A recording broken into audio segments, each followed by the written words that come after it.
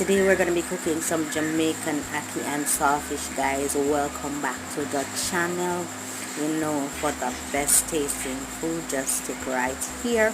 So we're cooking up our first seasoning, onion, tomato, sweet pepper, a little bit of thyme, some scallion. Cook up that. We add our saltfish, a little butter, and then we add our ackee, right? Add our ackee, we add a little black pepper and stir that in. Cover it, allow it to simmer along a little bit and mellow in the oil for about 7 to 10 minutes, and then ackee and saltfish ready to serve. In Jamaica we eat ackee with anything. Some people ackee and mackerel, some people ackee and chicken back, some people ackee and corn pork, some people ackee and saltfish, ackee and red herring. For me, ackee and anything. So if you love ackee like me, guys, remember to go ahead, like, subscribe and share. Thank you for watching.